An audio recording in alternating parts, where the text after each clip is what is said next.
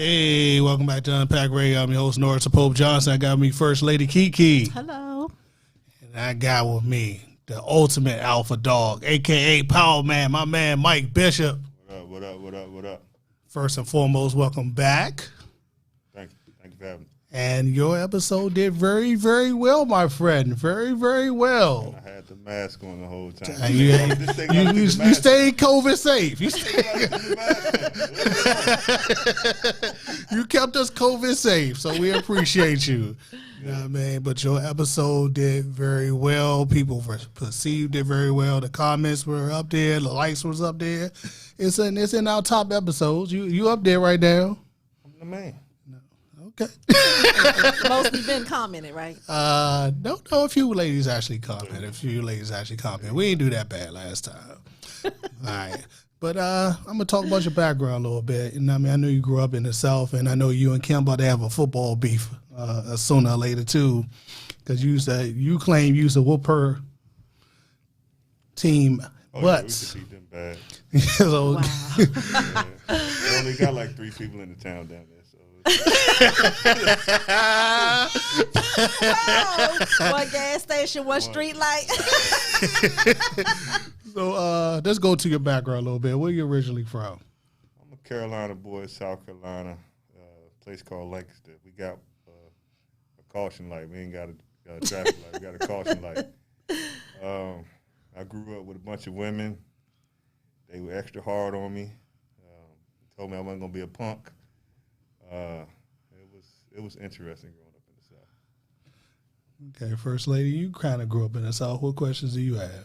Well, shout out to Cheerios, South Carolina. We got a Walmart now. We doing big things. Yeah, that's cool. Well, like I said, I know you grew up in the South, so one thing I would say, growing up in the city and going down to the South, most of the men were more gentleman-like. Did you kind of saw the difference from growing up in the South and coming to the city? A lot of my family, either lived here or they were from here. The South, a lot of people think that the South is slow. Day-to-day activity, yeah, it's slow. But most people in the South are resilient and they know how to do things. They know how to grow things. They know how to fix things. A lot of guys up here don't even know how to change tires. So it's a big difference. You're more hands-on. I think the education is better.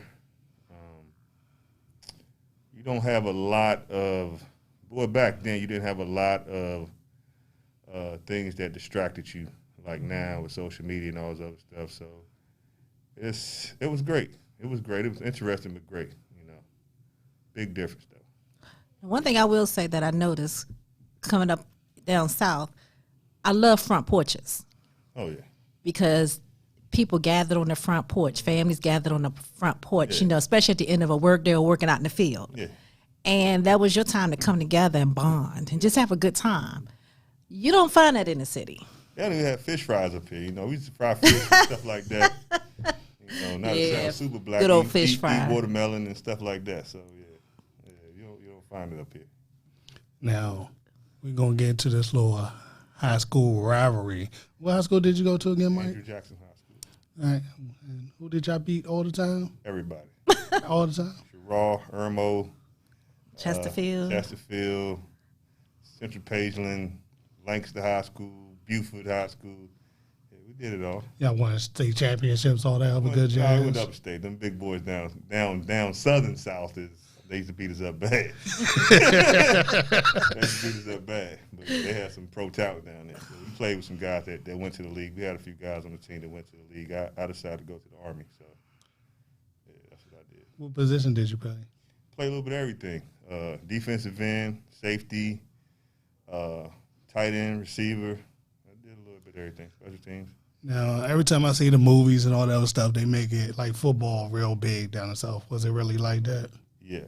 Yeah, like some of the my high school football stadium Friday night, it was like a college game. Mm-hmm. Like the whole town was there. They was throwing footballs in the crowd. Yeah, it was big, real big, still big.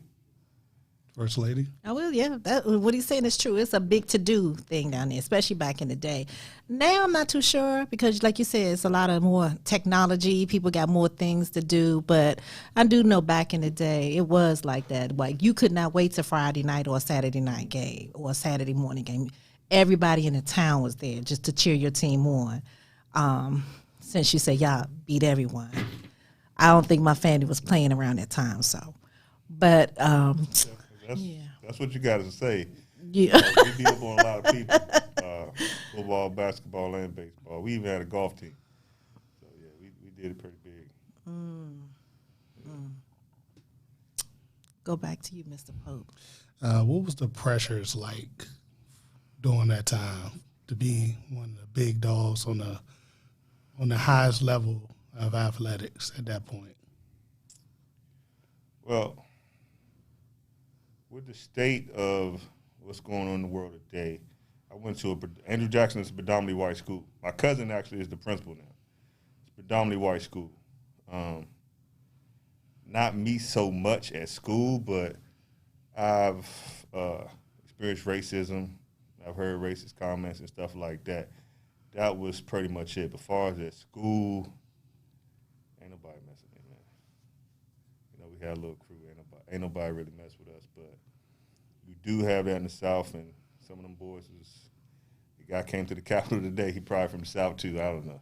Yeah, so you do have that touch of racism down there, but it ain't like you see on some of the movies, but it is racist down there. What was the scariest thing you think you dealt with or seen while you were down there in the South? My grandmother used to tell me it's a road called Flat Rock Road. No, not Flat Rock Road. Flat Rock Road. And somebody got drugged down that road back in the day for messing with a white girl. I never experienced that. I've just heard things from white guys. And they smack them around a little bit. That'd be over. Okay. First Lady Kiki? Well, one thing I will say this. Growing up in the South and coming up north, what is the one thing or several things that you really miss? One thing I really miss is just being there. It's a whole. I go there a lot, so it's just a sense of calm when I go down there. Yeah. So I go down there just even for the weekend and just sit by the pond or sit on the patio and just be quiet, and just relax. It's real. You don't hear all the traffic. You don't hear all the ambulance or police car. Go down there and shoot my guns and have a good time, man. That's the big thing. I go there just to relax because I work a lot. And I go down there and everything stops. You try something. You still have a big family down there? The women that raised me, no. They're all gone. I got an uncle down there, a bunch of cousins. Okay. I don't talk to none of them when I go there. I just go there and relax. I don't have time for that. Family can get on your nerves. All right, my next question is, why did you choose your pathway to the military? Because I never even asked you about that. Well, didn't plan on going to the military. I was actually going to lunch one day, and the recruiter was at the school, and I was trying to get a girl's phone number. And I asked him, could I borrow his pen to write her, we didn't have cell phones. I had to write her number down. So he was like, yeah, go take it. So I went to bring the pen back. He said, no, Mike, you can keep it. And I'm like, I didn't know how he knew my name. He said, yeah, I come watch the games and stuff like that. You ever think about the military? No. And he started talking to me. And one day I came home from basketball practice. And he was at the house. He was talking to my grandmother. And he was saying all this great stuff. And I was like, I'll do it. And I went in the military. That was it. Did you get tricked back? Yeah, I did. But for any kid out there that doesn't know what they're going to do, if their parents don't have college money, go to the military. Best decision I ever made. All right, what was your MOS? I was a light wheel mechanic. I worked on everything: tanks, weed eaters, electric shavers, anything that moves. So they just fix it. So that was cool. I worked in a multi-rocket launch systems unit. So field artillery, blew up stuff like that. So it was real cool. First Lady? Now, we'll say this. Being in the South, little small place, everybody knows everybody. Oh, yeah. How did you feel growing up there? Because if you did something, by the time you got back home, they already knew. I was a good child. Oh, yeah. And my family's still there, still a small town, and you still have some of the same issues where everybody talks about everybody. Everybody knows everybody's business. How did you handle that, Because it can get a little annoying, You can't do too much of nothing. Well, being a boy raised around women, they didn't really, I used to get beatings, but my grandmother, because I was raised by my grandmother, she never really punished me like that. She would beat me and get it over with, but it was never, a lot of things I got away with. I was always outside, so I was either playing sports or I was outside, so I was no trouble. Okay. We didn't have that, but it is that type of small knit community, tight knit community. People that were old when I was young, they're still old. So I see people when I go down there, I'm like, man, she was old 30 years ago. Right. One time I thought someone died. My grandmother called me and said, yeah, Miss such and such passed away. And I went down there and I went to the Walmart. And the person that I thought she was talking about, I saw her walking into Walmart. So I'm like, oh, my God. So I called on the phone. I thought you said she died. Like, no, not that lady. But, yeah, it's down south is fun, man. You need to go. Take your wife home. I go. I'm taking temporarily. Temporarily. I get in and get the hell out. I think he had a culture shock. I get in and get the hell out. It get real slow down there. I do what any good city boy would do. I sneak in and I sneak the hell out like a thief in the night. I never want to come back. When I go down there, I want to stay for a long time. I really do. I can't say I want to stay for a long time. I like to get away. I like that peace and that quiet and that serenity. But after a couple of days, I'm kind of ready to get back home in my own space. But I do love that quiet time. I'm outside type of guy. I go fishing. I go shoot some stuff, and I'm good. I can be there all day long, weeks at a time. It's fun. Well, it's different now. It's not the same anymore. It's more modernized. That's what I want to say. It's the crime has picked up. Because I remember back in the day, I can go to my grandmama's house anytime, and the door was always open, even at night. You can't do that type of stuff anymore. They're on their cell phones. So it just doesn't feel like country life anymore like it used to be. I don't know if you feel the same way. No, you're weird. Wow. It's still country where I'm from. I told you we got a Walmart. We got a Walmart. Got a Sonics. We don't have a Sonic. Yeah, okay. See, ain't that bougie yet down there, huh? Sonic. We got Bojangles. We got street lights, electricity. My family even got a street light now. Back in the day, it was nothing but sand, no lights. We got little yard lights, but when it get dark, it get dark. Yeah, it get dark, don't it? Now my question is, where did you get all your skills from? Because you know how to do everything. So who taught you all this? I listen. Most people don't listen. Most people know everything. You try to teach somebody something. Oh, I know how. They don't know how to do shit. But I listen. I've always listened. I was always interested in how things work. If it got something to do with money, I'm definitely going to listen. And that's a key to life, man. Sometimes just shut up and listen. So, you know what I do at work every day. So people, they don't listen. That's the key to life. Listen, pick up on things, watch, learn, and you'll learn how to do things, anything. Well, like you were saying earlier, our line of work, we sign up to not to go home. Yeah. And hopefully people pay more attention to what's going around their surroundings, because it can easily be you who's not going home on that particular day. So I thank everybody who toughened me up, people like yourself and other people I won't mention. But, hey, we all got to be accountable to those who come before us. Oh, yeah. No doubt. First Lady? So I'm going to ask you this, because this is something I've always wanted and talked to family about. So you was in the service and you kind of moved around a little bit. But when it got time to find that special someone, did you look for a country girl or a city girl? I got a country girl. I don't look for anything. It just happened. When you look for something, I never would have thought I'll be where I'm at. far as relationship wise, but it just happens. Okay. When you look for a city girl, you probably gonna find somebody that can't cook. But some city girls can cook, but I got a country girl, so I just lucked up, I guess. Okay. What part of town she from? Mississippi. Oh, jeez. Yeah, Country. Yeah. First lady? So I know you, okay, so you just said you've got you a country girl and you didn't look for it. It just happened.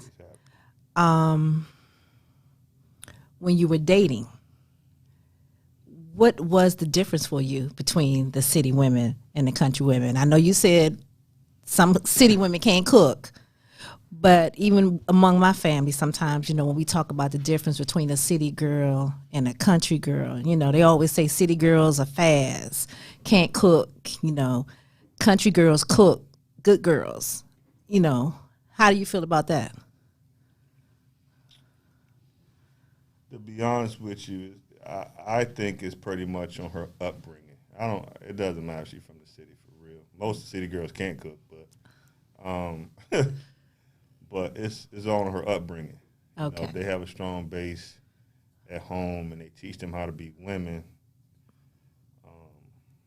I think they'll make somebody a good woman one day. But the issue now is most women try to be both roles, and that kind of messes the dynamic up. Yeah. Well, Come on, first lady.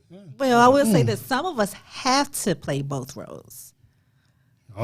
Here we go. Now, what you say about that? Some of us, ladies and gentlemen, single this moms, where so we have the to battle play. starts. Fight. No, we have to play both roles because we got a lot of men that promise you a lot of things, walk away, and don't take care of their responsibilities. So some of us have to step up and take care of both roles. And like you said, I know how to change a tire. I know how to cook. So that's because your daddy taught you everything. Shout out to Big Slim. But AKA some Big of Jack. us got to play that both roles. We don't have a choice. I agree. I definitely agree with that. Like I said earlier, I was raised by all women. Mm-hmm. And there's nothing wrong with playing both roles. Women are the stronger of the species. Right. But when it comes to relationships, they need to be smart enough to know to say, I'm going to let him do it.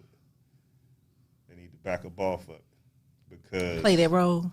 Need to play their role. Need to figure out their lane. Because you can have a boy, but you can't raise a boy to be a man.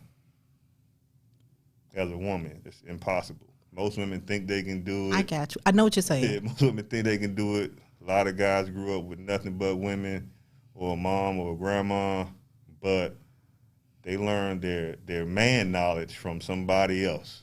They learned it may have been the wrong knowledge. May have been a guy on the street, may have been a guy at school. Right. But a woman, it's impossible. You don't know what we go through as men. So I heard you say you were raised by a lot of strong women. Mm-hmm. So who was your role model? A lot of guys I went to school with. I never told them. I looked up to those guys. I played varsity football in high school as a freshman, and I looked up to guys that are only a couple years older than me. Mm-hmm. And I tried to model some of the things I did, the good things and the bad things, after those guys. My grandmother couldn't teach me that. My mother was there. She came from D.C. to move down to South Carolina. But it was things that she couldn't teach me because she had no knowledge of. My uncles would come around, but they weren't around like on a day-to-day basis. So I had to pick up stuff. I used to sit in the mirror and practice talking to girls and stuff like that. And it just blossomed into who I am today. Okay. See, I had uncles, so game recognized game. They taught me a lot about game. Yeah. But it was something I was going to ask you when you were talking about your mom and everything and growing up in the South. I'll come back to that. Go ahead, Pope. Hey, Mike.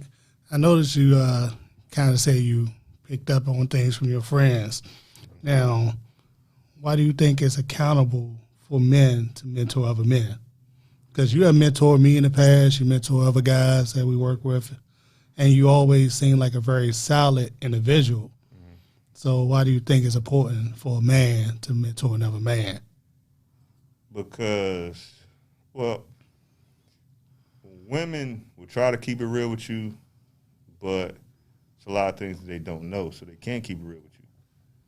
And us as black men, what black people do is we try to hold knowledge. So if I know something, how to get some money, I try to keep it to myself. But I've never been that type of person. I've always passed it forward. You know, I was talking to a guy earlier today, him and his son. He was sitting there talking to his son, you need to be this way, you should do this, and it was beautiful. But a lot of us as black men, we don't pass the knowledge. And, you know, like what you're doing this show, and, you know, it's picking up steam. You might become a millionaire off the show one day. But if you don't tell the next man how to come up, it's never going to come up. We like crabs in a barrel a lot of times. We pull the next man down. And it's plenty of money out here. There's plenty of different ideas out here.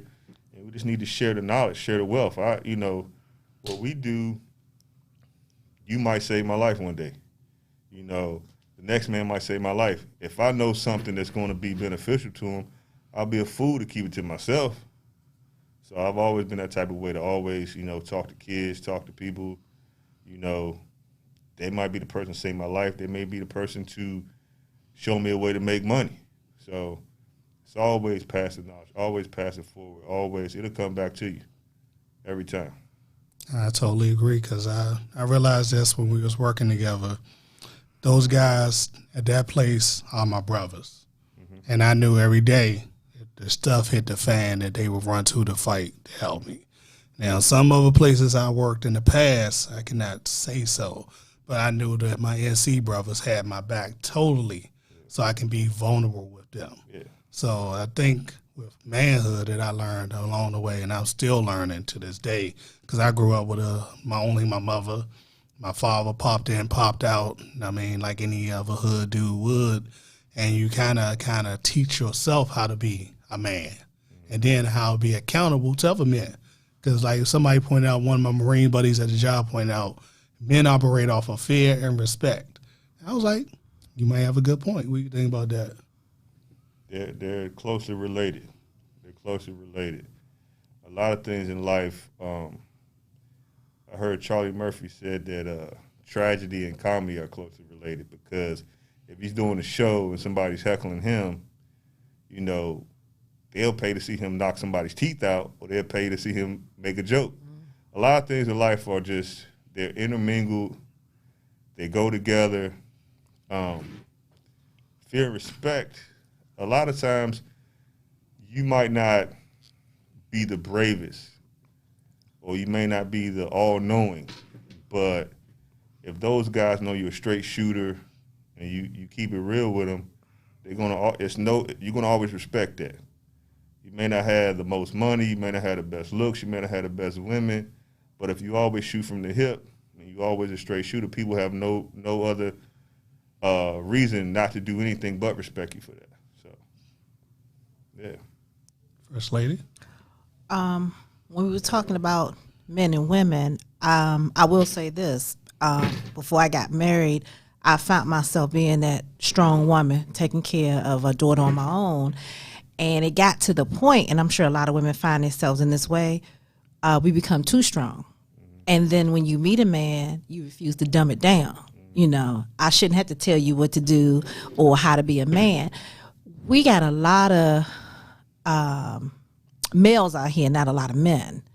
So if you could talk to some of these young guys, what would you tell them? Because a lot of us women just at the point where we just don't want it. You know what I mean? We don't want to dumb it down. I shouldn't have to tell a man what to do, how to do it. That's something your mom or your dad should have instilled in you. But a lot of us women are raising grown men. So what would you tell young guys coming up now about manhood, and what it takes to make a successful relationship or marriage?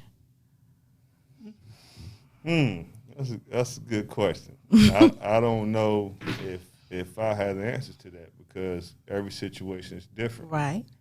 My situation not perfect, but relationships are probably the hardest job you ever have. Men are, even the biggest alpha men are really sensitive about certain things. So there has to be a level of understanding, because if you got a good guy, a good dude, or the guy really cares about you, he'll do whatever for you. Right. But if you pop off at the mouth, men tend to shut down. We'll back up off of that. We'll be like, nah, okay, she can figure it out. And we go to the bar, hang with the boys, and go out and do our thing. And women just don't understand men. Men are really easy. Men are really simple. So tell me, what is it that men want? Men don't even know what they want sometimes. Okay. And I can keep it real. We don't know what we want sometimes. We just, when it comes to us, we know. When it comes to us, we know. So so how would a woman know what a man wants? I mean, I know every situation is different. Every man is different. So how can we sit and say, what is it that he wants? You know, because in our mind, we're thinking food, sex, shelter, you know. We're nurturers, so we want to know what you all want. Why do you think sex is that big? For some men it is. It really ain't. It's not? No. It seems like. As far as relationships, sex ain't that big. Okay. Because we can get sex anywhere. Okay. A lot of women put the sex on a pedestal. Or to dangle it on your head. It really, we can go anywhere and get that. Okay. And men have the ability to have sex and not really have any feelings, any emotion tied to it. So you don't think, so you are male, so you don't, a man can have sex and have no emotions whatsoever. Yes. Okay. Yes. You know. Now what about a woman? What about a woman? You think she can do the same thing? You think she can have sex with no emotions What attached? they call those type of Jezebels?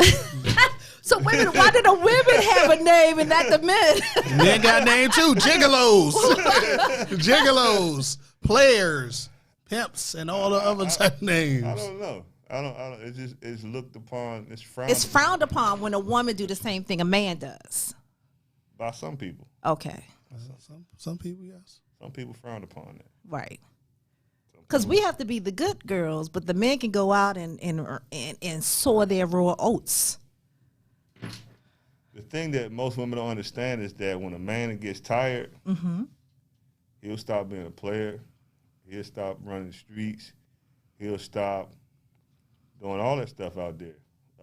A lot of times I know a lot of people, and a lot of times women push men to cheat. Jesus, Father. Whoa! Wait, time out, Flag. I'm gonna ask a different question. We do nope. I rebuke this. I gotta ask. Nope. Elaborate. It's It's actually my question. Wait. Elaborate. I gotta finish this. I need to know, how do we push men to I'm cheat? leaving now. I need to know. How do we do this? I want out of this conversation. How do we push men to cheat? By doing all those things that I said. You don't be quiet. You don't listen. Because if you listen to your man, you'll know what your man wants. Okay, well, wait a minute. Now, there's some women that do listen. They feed them. They love them. They quiet, submissive, and they still get cheated on. The whole time their brain just thinking. Their brain thinking. Men are not that complicated. Y'all seem Before y'all complicated. get into y'all little beef, can I ask my next question to settle this one down? Lord Jesus, Father God, I just want to go home in Ring the peace. bell. There you go. I just want to go home in peace. Mike, what are your principles to manhood?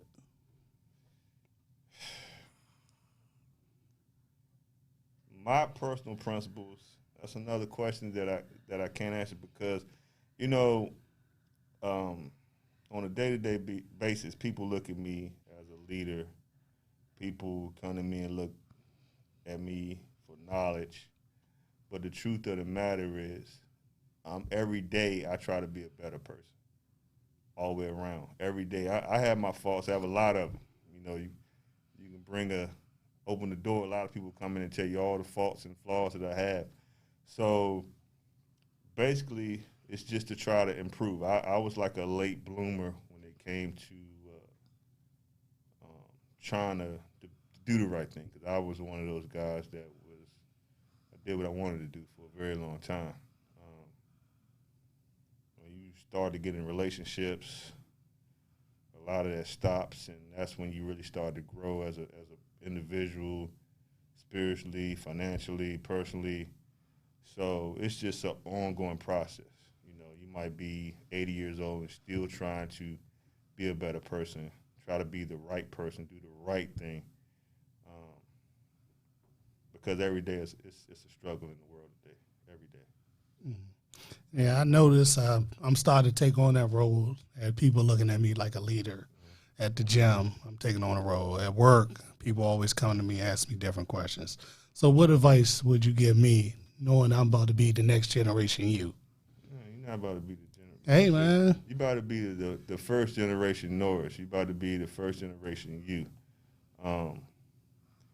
I constantly take things from different people. I take things from you. I'm going to take things from tonight and put that into my toolbox. You always learn things, and you take those things. You take quotes from different people. You might like the way somebody does administrative work. You might like the way somebody, how they dance on the dance floor or something. You might take some of the moonwalk moves I see you do and package it and present it on a day-to-day basis. And then eventually people will start to look at you like, okay, this guy has it going on. You might not have all the answers, but you're working, you're striving for it. So that's all you can do. If you want to be the man in the gym, educate yourself in the gym. You want to be the man at work, educate yourself at work. Most people come to work for the paycheck. And I can guess, I can foresee 20 years down the road they're still going to be in the same position. Most people can't step out and say, okay, I'm going to do a show.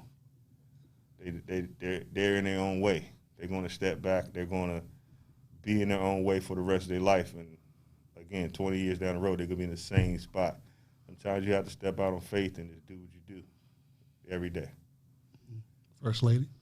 Let's get back to what we was talking about. Yeah, let's get back to the I want notes to be said. I tried to bring it back to good mercy and grace, and no. So let's get back to this. So why? I might get beat up after this show, but go ahead. No, I really do want to know, and a lot of ladies want to know why. I mean, you say it's us. Women constantly think. Men are not they're not that difficult. They're real simple.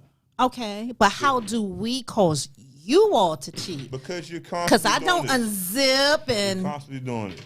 Not all of us. Constantly doing this. I tell every woman, and I may get beat up after this, every woman is crazy. Every man is stupid. Because we'll sit there and baby, give them that pillow talk, and they just crazy as hell. I'm telling you. Now, some men just cheat because they want to cheat. Yeah, they do. But I'm talking about the ones that don't want to cheat and it happens. So it's because we're running our mouth? Yeah. You know what? To be honest, this conversation happened on the Breakfast Club today. Mm-hmm. Two men who have cheated in the past stated their purpose for cheating. And what was their purpose? Ego. Pride and ego. I believe that. And feeding that ego or whatever they thought they wanted. But then they realized they were made up. But what has constantly tore their ego down? That woman. Not all the time. I think society issues, and you start making some. You start. It's like, how many women can I knock down? How many notches can I get on my belt? Man, I'm telling you. I know some men cheat just because it's Tuesday and the sky's blue. Yeah, that's a good possibility. And sadly, I'm be honest with you. Even some of the men I've grown up with that I know that's even within my family, I can't tell you on one hand who has not cheated. They probably all cheated. Right. Your daddy? Yeah. Yeah, shout out to Big Jack. Hopefully. I can't say everything my daddy did. Let's just hope. But, I'm just saying, it's, Again, when it's that time, we'll bring it in. We'll settle down. It's when you're ready. It's when a man's ready. Well, then, it's never when a woman wants. It's when a man is ready. Well, then my thing is, then why don't men stay single until you're ready? Because you're leaving behind, a lot of men leaving behind broken hearts, bitterness. Now, don't get me wrong. There are some women that don't need to be in relationships. And like you said, they run their mouths. But I'm not going to say the most part, but there's quite a lot of us that don't run their mouths. We do what we're supposed to do. We try to stroke your egos. We try to build you up. And then we turn around and you all tear us down. From the cheating to the lying to so much different things. So some of us do what we're supposed to do and build our men up and breathe life into you. And they still cheat. Now what? Yes, 20 questions. Like I want my answers. like I lost track of what you asked at this point. It just kept coming. I was like, you done built this perfect woman, and nobody's perfect. You say, oh, they cook, they have sex with you, they shut the hell up, they don't cheat. All that. I haven't met a woman that does all that. I'm about to bring it back to a place of sanity. Well, let me tell you this. Now, I did meet a guy one time that I dated, and the one thing he told me, he said, never help a man out financially because once he get on his feet, he'll leave you. No, that's not true. That's not true. I've been broke, lady. I'm still here. Hi. That's not true at all. I'm about to bring it back to a point of sanity. Jesus. Oh, that was sanity. No, that was sanity. We needed to air that out. You asked like 30 questions. I needed the alpha male's opinion. And I'm just like, how he's going to answer all these questions? I don't know. He caught all that. He caught it all. You just going. You went angry black woman for a second. Oh, did you use the black? Follow the play. Mike, what principles did you learn during your military time? They teach you duty, honor, country.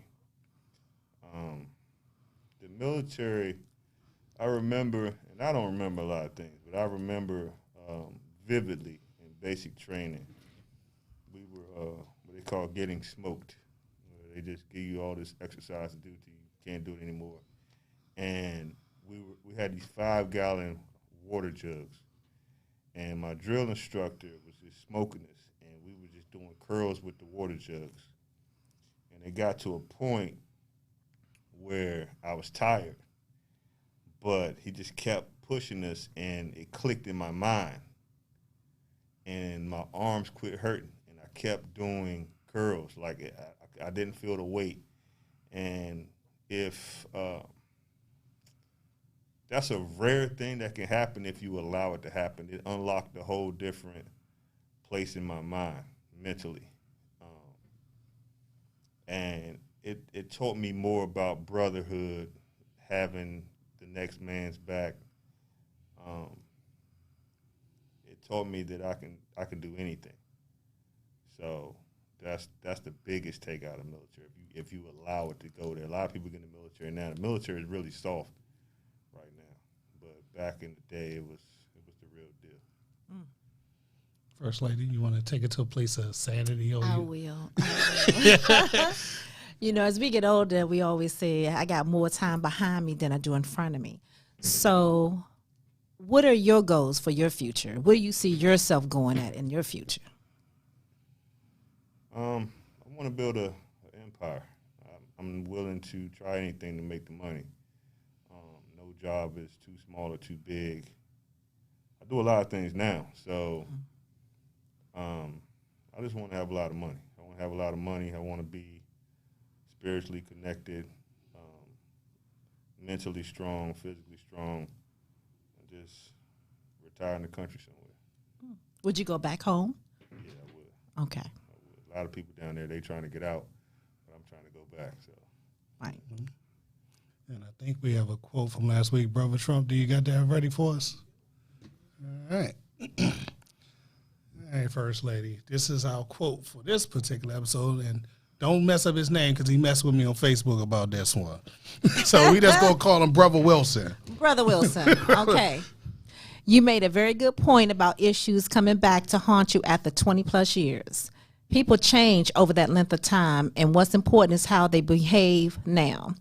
Also, the environment that they were in often saw that behavior as okay, and because of that, I'm not sure they always appreciated the impact of what they said and did on others.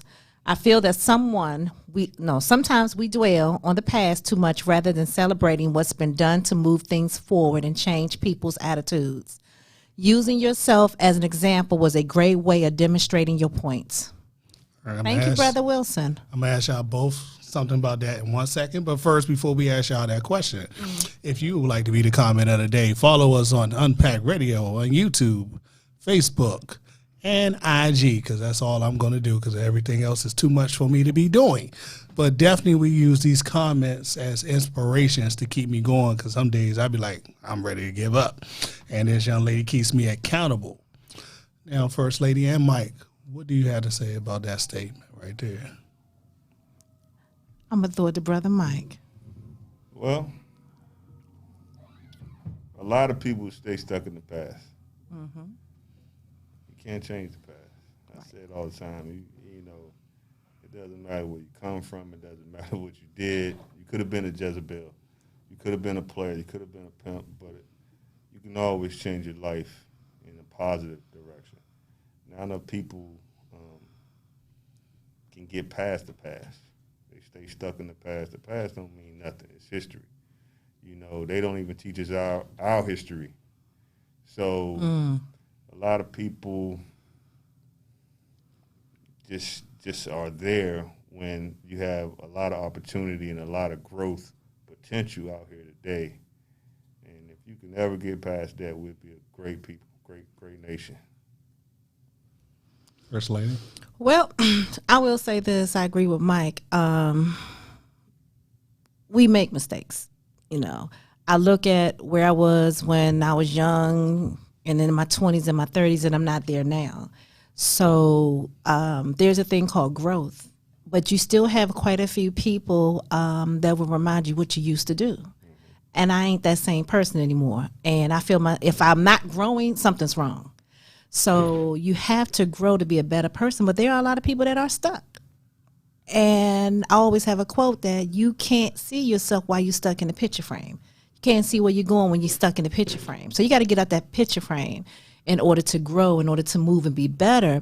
And for those people that are still stuck in the past and have to remind you of when you did this when you was 20, you did this when you was 30, I feel sorry for you. Because that means you're not growing, you're not forgiving, you're not trying to be a better person yourself.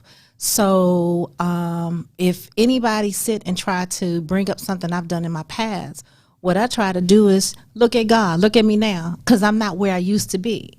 So you have to grow, you have to be better, you have to spread your wings, but we can't keep reminding each other of what we used to do, especially if it's on a negative level. Very good points from both of y'all. What's the point of that, though? What's the point of bringing up the past? Some people still want to hold you down. They still want to keep you in that box that you was in, or you know, just say, you know, if you just say back in that day, if you used to fight a lot. You know, you ever hear some of the old time people say, remember that boy used to fight all the time? But you've grown. Or say that boy cheated all the time. He was a cheater. Like you said, I've grown. So people always want to remind you of what you, it's almost like that crab in the barrel effects. They want to keep pulling you down. They don't want to see you soar. And that's kind of sad. I never forget when I first got in the federal government, I was 21 and I worked around a whole bunch of older women. And the one thing they did, they sat together at lunch and gossiped and talked about everybody. And because I wasn't in that mindset, I was the topic of discussion. I became this, I used to go to lunch with this one guy. They started rumors. I was messing with the dude. Never knew the whole situation. And it wasn't really any of their business. But because I didn't let you in my space, I became this whole thing in the office and was talked about. But I felt really sad for them because I'm like, y'all too old to do this. I'm 21. If anything, you should show me the way. You should be more positive about it. But because I had a mindset and my mom and my family raised me in a whole different manner, it just rolled off my back. I didn't let words or actions hurt me. I just kept it moving. And literally, I felt sad because those women stayed stuck for years. And this is all they knew how to do. And that's how a lot of people get stuck. That's all they know how to do, especially our people. We just stay stuck. We don't know how to get out of our own way. I was telling somebody this at work yesterday, matter of fact, because we have personal situations. Sometimes it happen in real life. And I notice amongst our people, we like to keep the circle of hurt.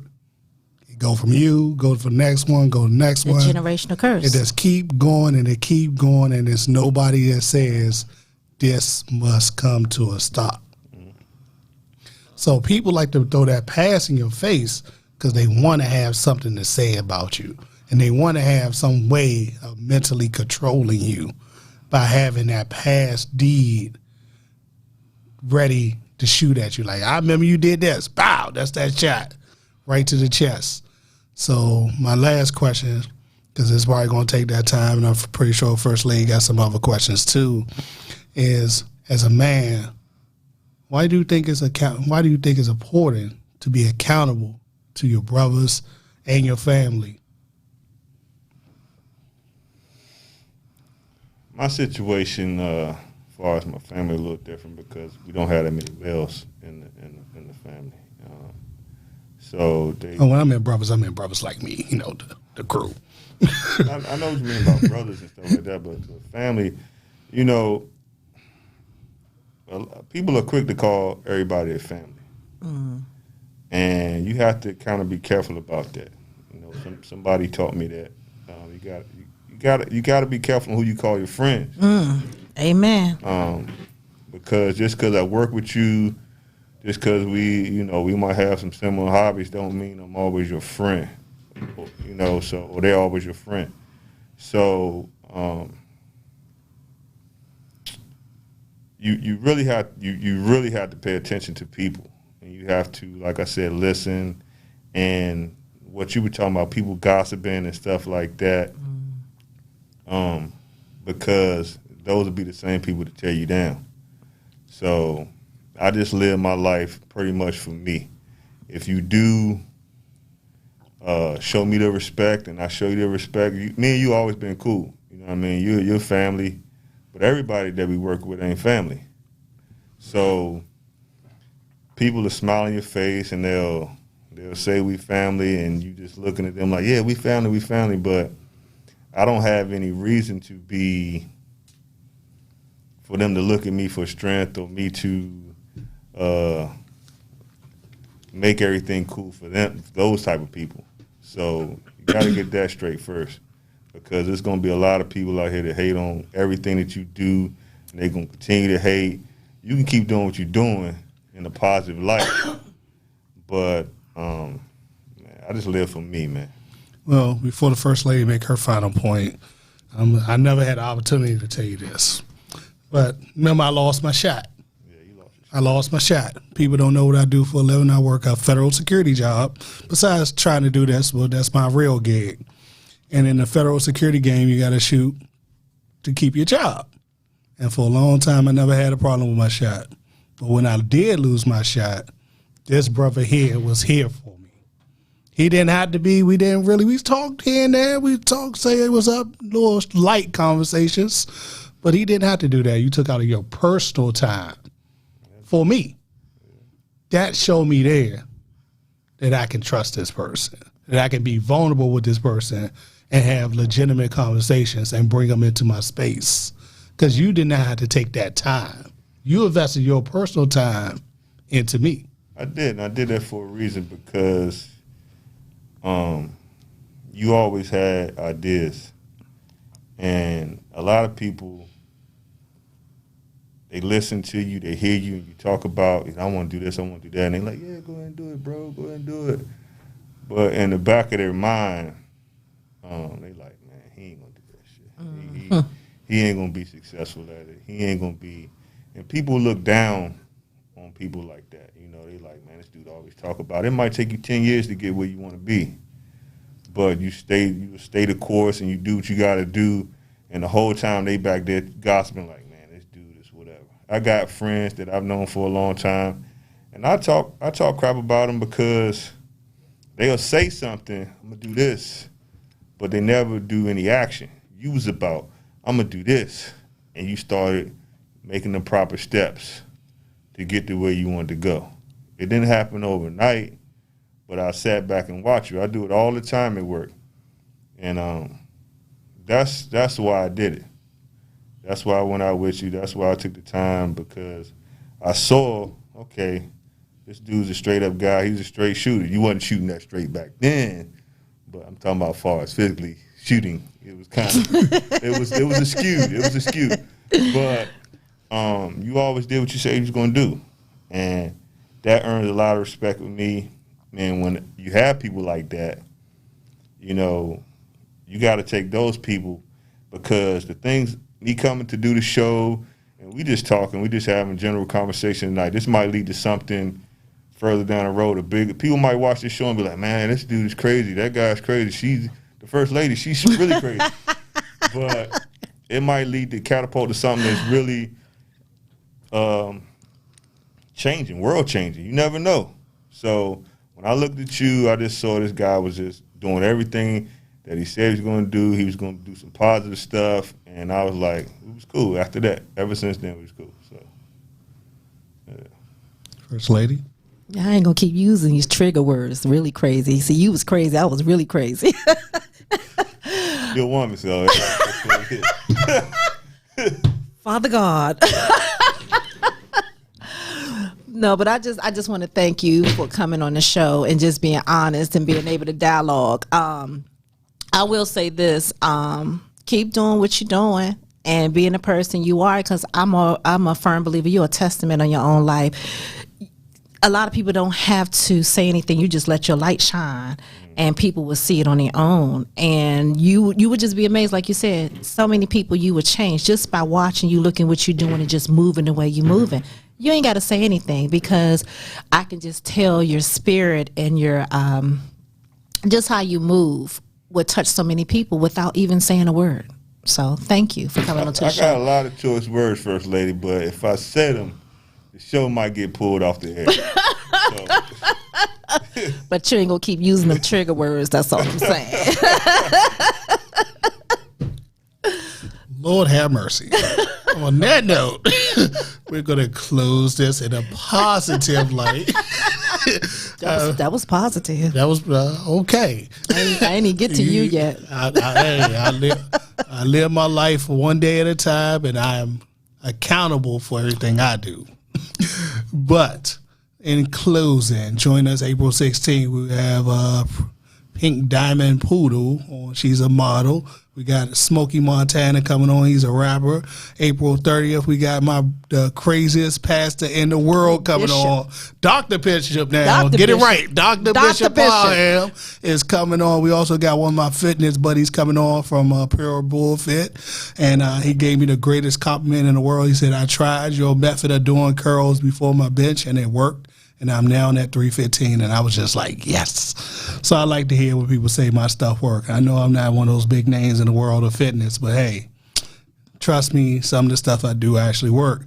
And I do not know I made schedule yet, because we got to ask Mr. Trump over there, so we'll figure that out. But in closing, please join us on Unpacked Radio here and on YouTube, because we try our best to build up our fan base, and we thank everybody for driving to support us. Please keep those comments coming so we can make you the comment of the week. In closing, First Lady, what do you have to say? Shout out to all the ladies. Power man, I got 2 minutes. So in closing, what you gotta say? You know, I talk a lot of crap. I kept it real PG today. You know, I might get cussed out later, but you know, just do you. Relationships, do you. Ladies, don't overthink it, because we simple.